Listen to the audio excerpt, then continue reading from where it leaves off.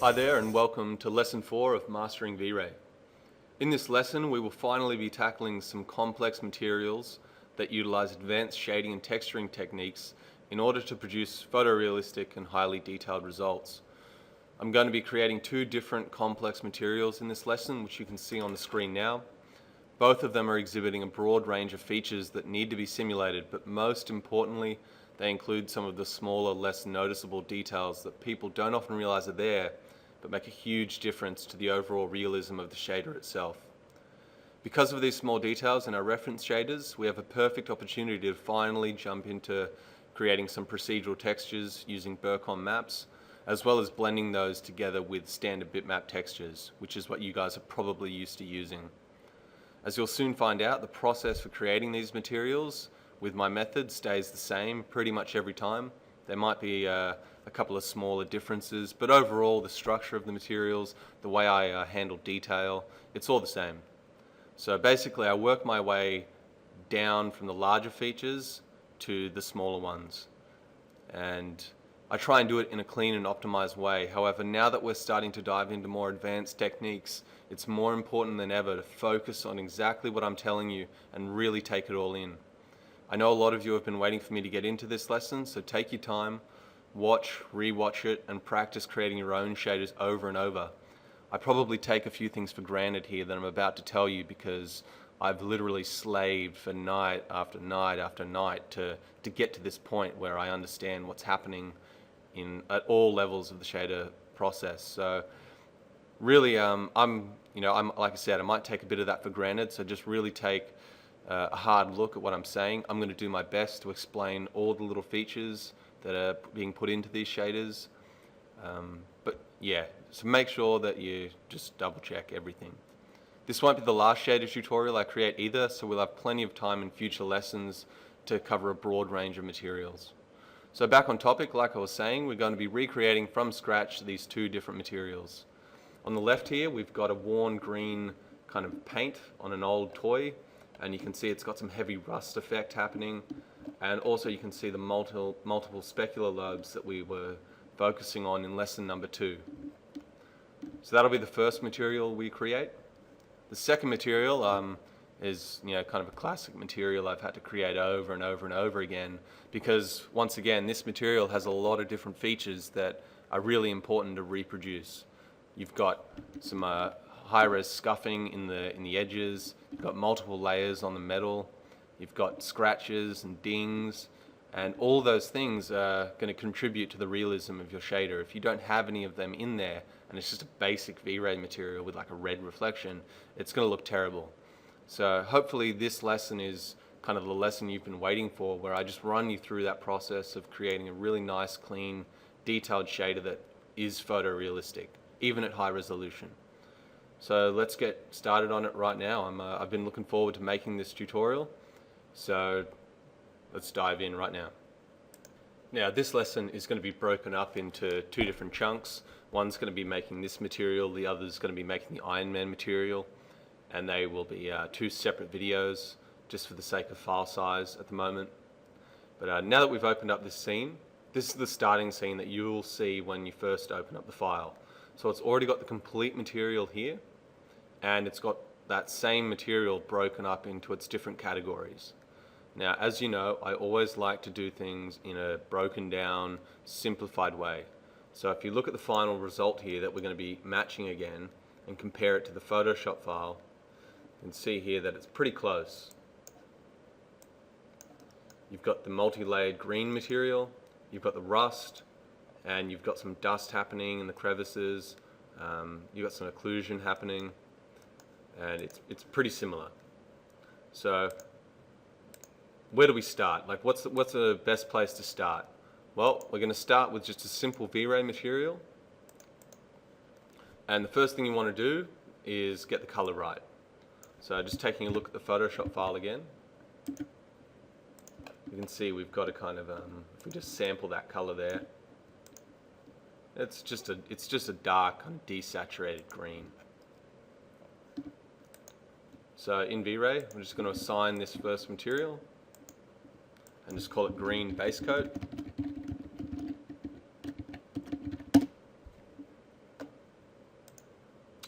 we're just going to apply that same kind of desaturated green material. Swap back to Photoshop again. It also looks like you got to be a little bit careful here when you're trying to figure out the diffuse value, because you've got to remember this isn't the raw color. You can't just sample that and plug that in. There's different things affecting the raw diffuse color here. You've got a lot of reflection over the top, which is going to wash the color out, and you've also got a lot of light hitting the surface, which is going to be increasing the diffuse component.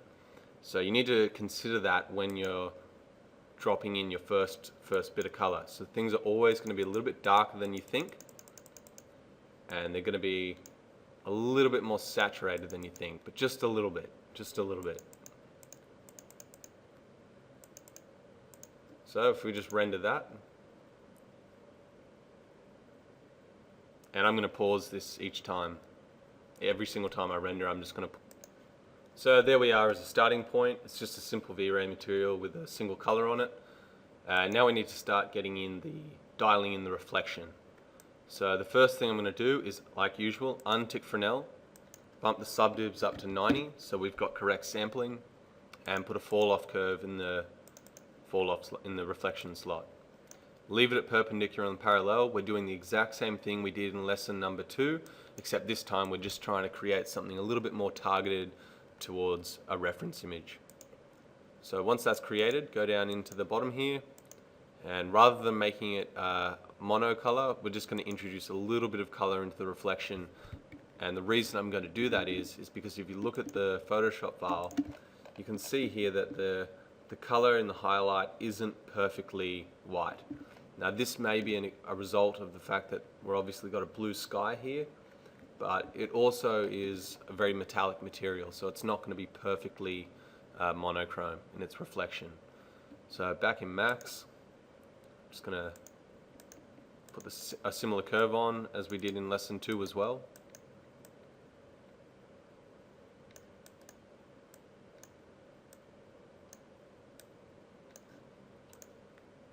And if I enable the reflection, you can see we've got reflection happening here. Same way as lesson 2, if I go up with this, it's going to be more reflective. Now it is a metallic material, but it's also very old, so let's drop it down a little bit.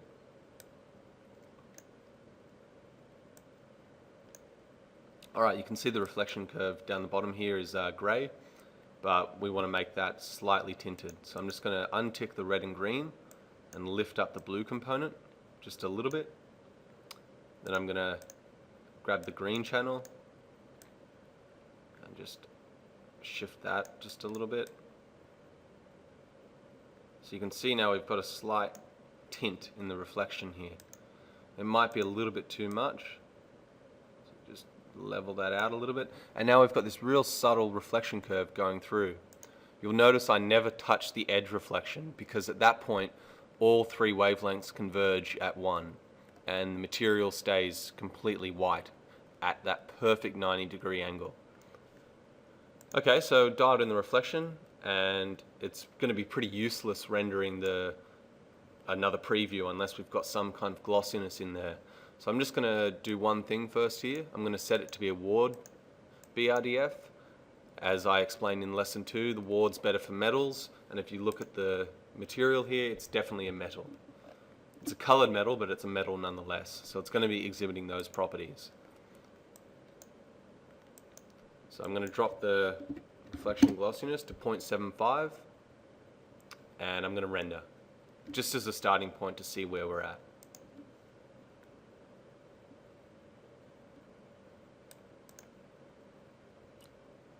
So it's not a bad result. If we compare it to the reference once again, we're probably a little bit too reflective. If you see here, there is quite a bit of reflection, but it's we're only at the base coat here, and it's already producing a very white spread highlight. So I'm just going to go into the reflection now and drop that down just a little bit. And looking at this reflection preview here, should be able to see sorry, I've just accidentally left the blue unticked. Need all 3 ticked. If I just drop them down, I can dull the reflection. Cool. Now I've probably got a little bit too much blue happening, so I'm going to untick the red and green and drop the blue down, and that's going to level out our reflection color just a little bit more, make it a little bit more even.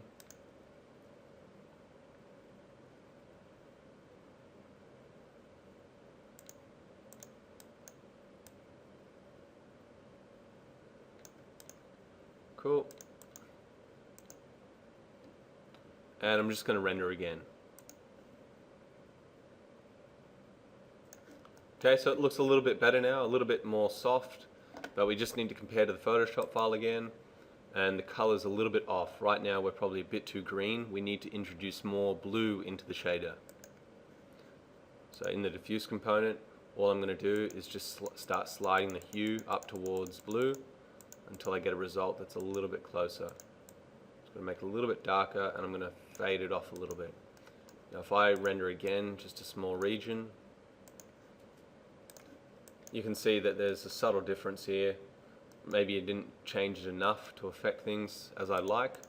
So I'm going to drop the saturation back just a little bit, go a little bit more towards blue, and do another region render.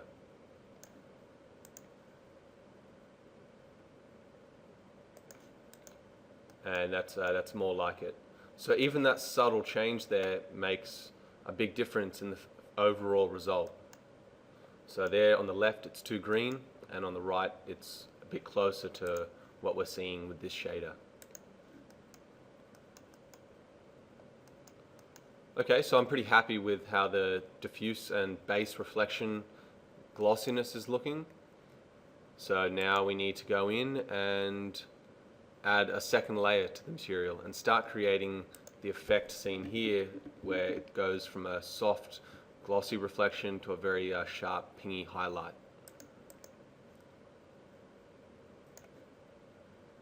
So what I'm going to do is I'm going to make this another blend material and keep it as a sub-material so that we've got this green as the base, and I'm going to drag two over as copies just like in lesson 2.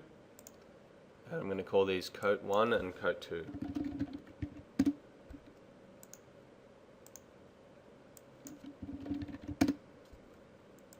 So to keep things clean, there's a couple of things you need to do. You need to copy the reflection amount and paste that as an instance, because the material reflectance stays the exact same between all three materials. It's just the glossiness we're changing. So paste that as an instance. Sorry, I've accidentally pasted it into the glossiness. Now we can start going up in the reflection, and we're going to get that multiple specular lobes reflecting into the material. Now, just like lesson 2, we need to blend those with a fall-off map.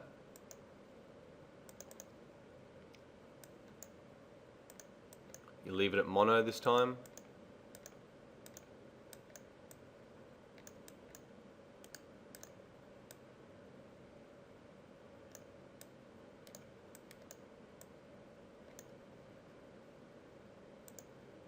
Just copy that. I'm just going to call it green blend 1.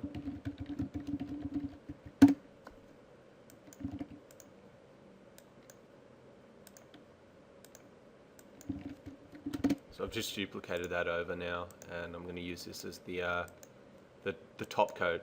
Now this is the blend map for that material. So what happens is we're getting multiple specular lobes reflecting into the material here.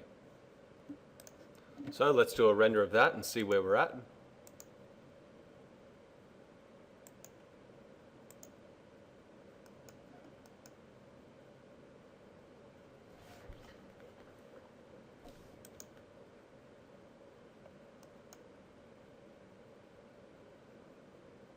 Now it's not 100% right yet. The reason is because we can see here in this top coat that I've blended in, it's still too glossy. We're not getting the same sharp highlight in the reference material here. So on that top material, this is the effect we need to produce, where it's like a very mirror-like finish. So I'm just going to cancel that render, go back out into the glossiness, and raise it to 0.98. In the second material, I'm going to go up also. It's pretty sensitive with Ward, so you need to be careful there. You can see the effect that it's blending there. So this process, what we're doing is we're creating that GGX-like BRDF by blending from the very blurry base to the very reflective top. Just a couple of values to tweak here.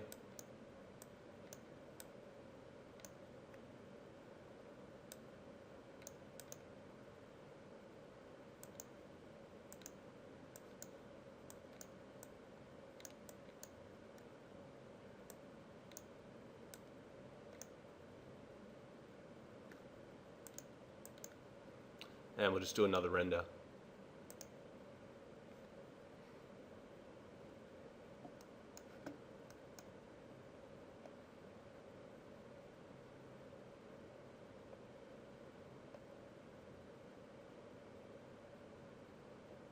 And you can see now we get that sharp highlight on the top surface, but it's probably a little bit too strong. But ultimately this material is going to look way more realistic now, because of that effect that's happening here where you go from really bright to this soft, nice spread. Apparently right now that we're missing that nice middle ground. It just looks like it's blending between the base and the top coat. So in order to fix that, I'll just cancel the render. I'm going to go to the top coat and I'm going to reduce the effect that has on the material. So the lower I go here, the less effect that's going to have. Now the mid material, going to bump that up a little bit, and I'm also going to go to the mid material and make this a little bit more glossy, like that. And we're just going to re-render.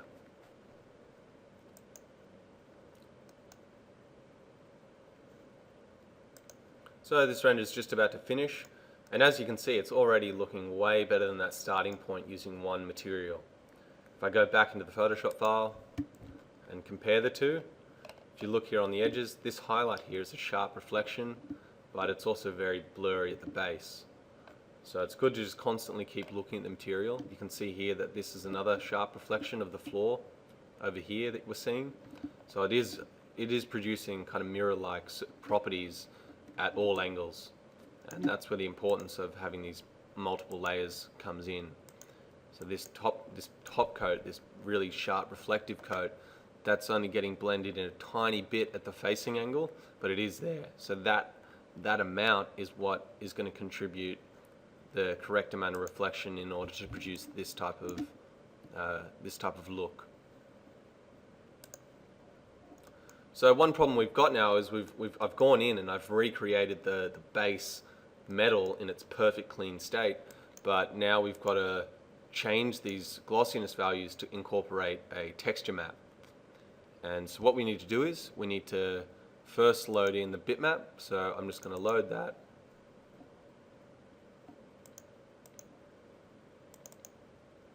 Just going to use this GW metal texture. First thing we want to do is remove the blur amount. So now you can see our glossiness is being totally controlled by that map. So to demonstrate how I'm going to control this map, I'm going to take the base coat into its own slot as a copy, as an instance. So now everything I do to this base material is going to affect the overall material we were just creating. So if I close that material preview, now this is the material preview we need to focus on. Now, we've already determined that a value of 0.75 is correct for the base coat, so how do we keep that consistency between a value of 0.75 and incorporating a texture? So we need to just go into the map slot here, and this is a cool little trick I do, where I'll just turn the reflection on and off, and you can see with the map on, it's way too reflective. It's way too blurry. So what I'm going to do is I'm going to go into this reflection glossiness slot and I'm going to put an output map over the top of it and keep that as a submaterial. So now what this map is doing is I can effectively control the blurriness with a curve. Just like I would in Photoshop. If I were to go in Photoshop, load that texture, put a curve adjustment on it, save the texture out. It's a long process. This just saves that.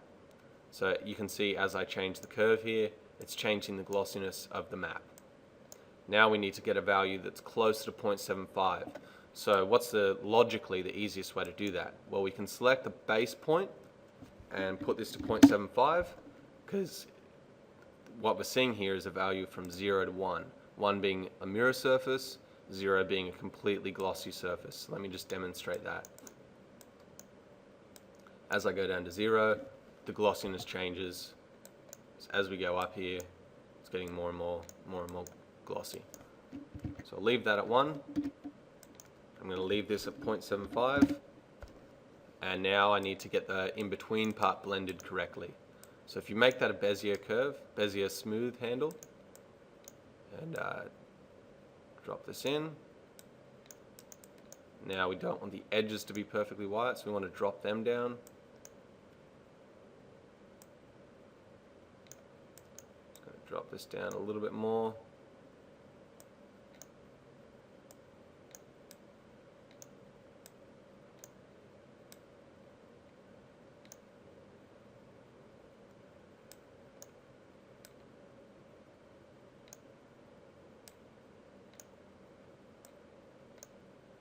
So once you've played with it a little bit, head back out and do that same trick with the map on and off. So you can see with the current settings I've got, they're just a little bit too glossy. So I go into the map again, and I'm just going to drag these 2 points down.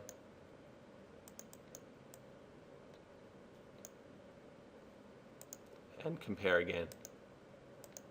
And now we're very similar, except we've got all this nice high frequency detail.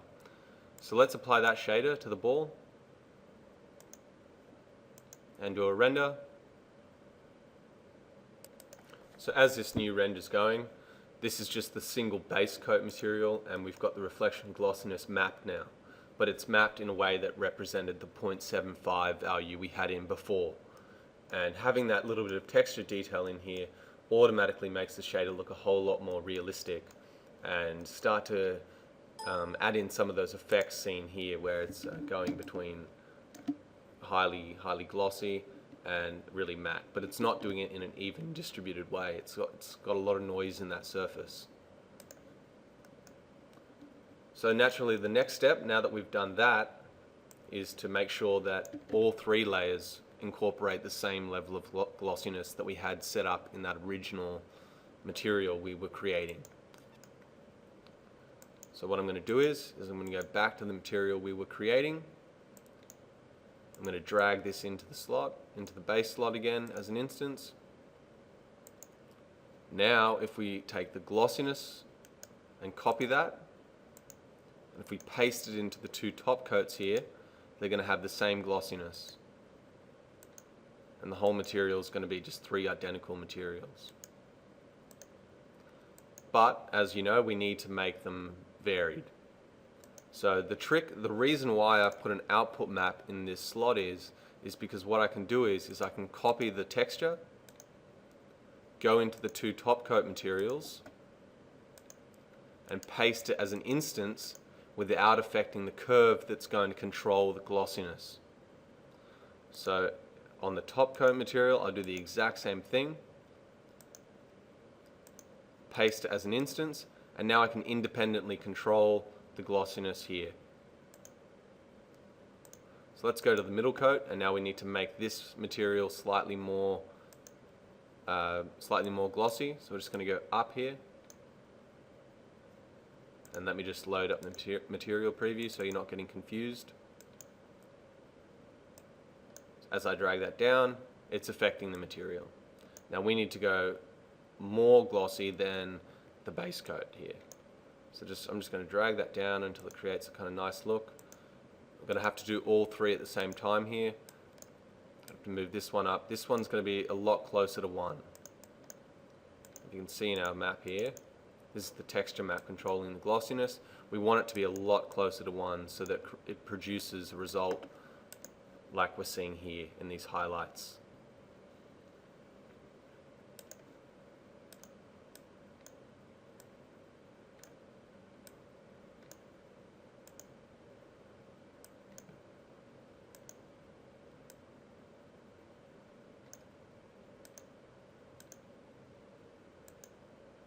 So it can get a little bit confusing to see what each layer is doing. So what we need to do is we need to drag those out into their own slots as instances.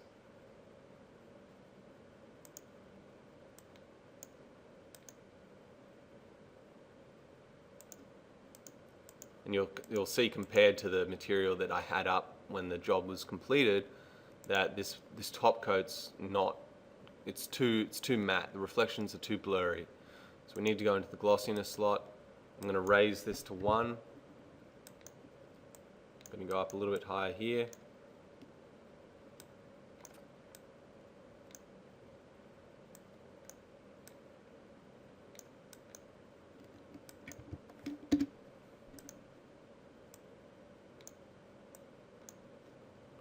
And now you can see that top coat is extremely, it's got an extreme mirror finish, but it's also got heaps of high res detail in it. So let's render the material now and see where we're at.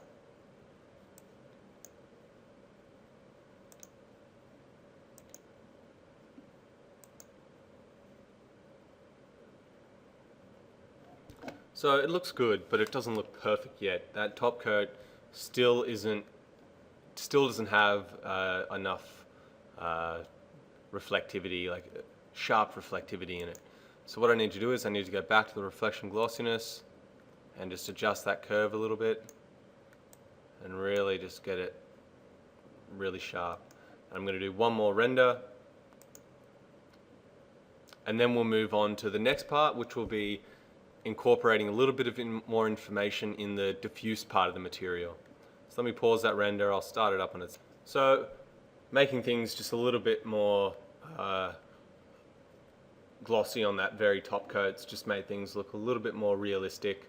And if we compare again to the photo, we're pretty close now on that green base.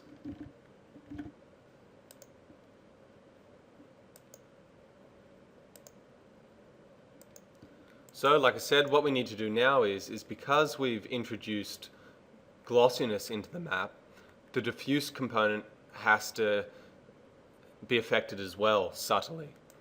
So what I mean by that is, at the moment we've just got one solid color in the diffuse. Now if you look at this material, obviously rust aside, there's going to be dark points and points where other materials have rubbed off into, you know, if every time you get a scratch or something, that's where that material's come in contact with another material, introducing more blurry reflections because you've banged up the surface more. So what we need to do there is we need to darken down the areas that are more glossy, because trace elements of other materials are getting caught and embedded inside this green material. So what I'm going to do is I'm going to go into the reflection glossiness. I'm going to steal this output map. I'm going to make a composite material for the diffuse. I'm going to make another layer, paste that over the top. Now we need to steal the color from here and put it into the base in a V-Ray color material. So add the V-Ray color material, paste that value in, and now we need to set this to multiply. Now what this is doing is, in the texture, is it's saying multiply the dark parts into the green parts. Now at the moment we've copied the output map straight from the top reflection slot, and it's not exactly perfect. So what we need to do is we need to drop the curve down to add in those dark grungy areas. And if we look at the result now in the material, we've got these little dark spots. Now probably there's just a little too many, but if you look at the map, we can see there that it's all of a sudden the diffuse map looks a lot more detailed. Now you can go in, you can add in any type of textures you want into this composite texture, but I'm going to keep it simple because this material looks like it's only made up of a rust and the green. But take note, there is little bits where the green varies in color, and you can add that into the shader if you want, but I think this is going to be fine for now. So let me just do a re-render with that. I'll just do a little region here.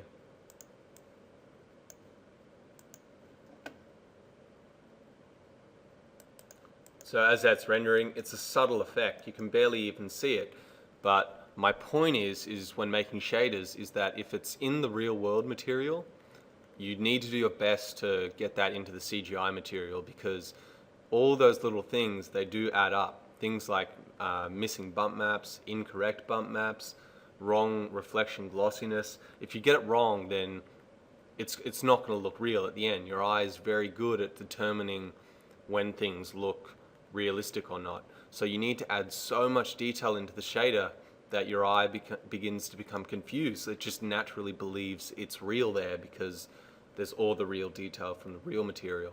Now at the moment, this shader is looking very realistic, but it doesn't have every amount of detail in there. So at the moment, what we're missing is we're missing the bump mapping. So I'm going to incorporate that into the shader now. So what we need to do is we need to go into the base coat again, and we know that it's that material down here. I'm just going to close this material preview, undo the region render. So now in this base material, I'm going to assign that to the shader. Now you'll notice I always try and keep things simple. So rather than rendering the bump mapping with all 3 shaders embedded in, I'm just going to do it on the base coat and see how that affects things. So I'm going to put a Burcon texture now. Now hopefully you've installed the Burcon plugin into your 3ds Max plugins folder. If you go on the Burcon website, I've provided the download link for that with this material tutorial. So add a Burcon noise texture, and we're just going to set the size down. Now one little trick I do is, see I've changed the scale there, and there it is. It's showing up in the material preview, but you can never get a true idea of what the scale is doing. So what I like to do is to visually represent what's happening in that map. I copy the map, make a V-Ray light material, and just paste that in there as an instance. Now when I go into the V-Ray settings and do an override material and drag that map in, when I do a render now, it's going to show me what that Burcon texture looks like on the surface, and we get an idea of scale and everything like that. Now at the moment that bump it's too big, so we need to change that.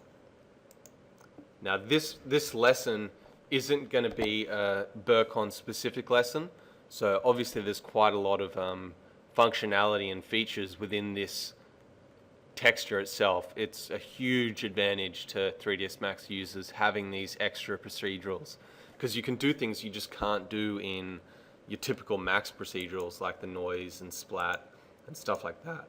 So Max does have a pretty decent procedural library by default, but you add Burcon and you can pretty much do everything. So I'll just give you a brief rundown of what's happening in Burcon. You've basically got your primary noise type, which will be like the base of the Burcon. Then on top of that, you can add in extra fractal detail into those textures. So by default, let's just say that's your Perlin 3D noise. You can swap between these two. So you always use 3D, because if you use 2D, what you'll see happen is it won't map correctly on your 3D objects. It's going to stretch on the vertical. So always make it 3D. So there's Perlin 3D, there's a Simplex 3D, and the Whirly one, which is naturally only a 3D procedural anyway.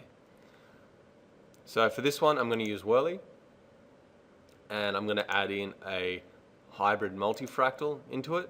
Now you see what that's done is it's added a whole bunch of little details. Now this noise fractal levels amount, what this is doing is it's saying if I go up a level, add in another layer of this hybrid fractal, make it 50% opaque and half the size. So as you go up in detail there, I know it's hard to see on this example.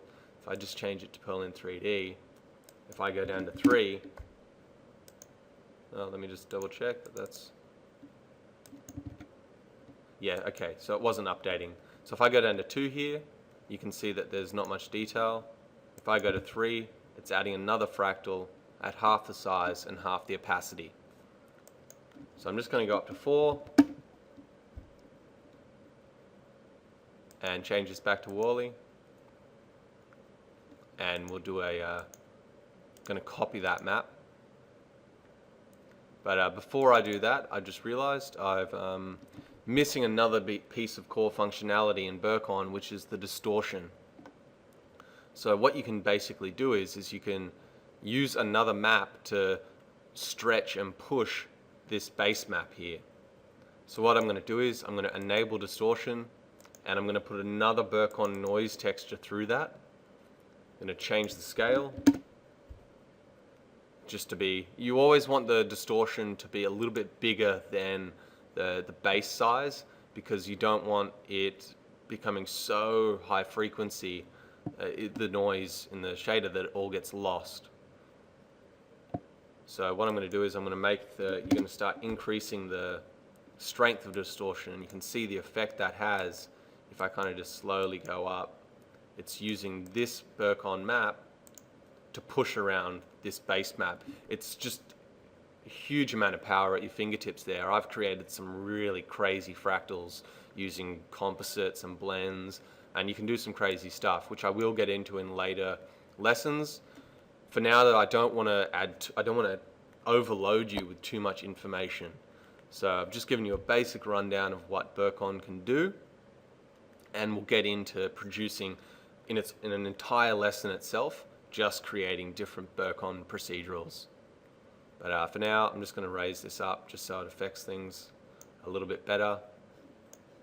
Okay, so now we need to see that happening on the actual material. So I'm just going to copy this map. I'm going to go into our base coat, and I'm just going to paste that. Now, by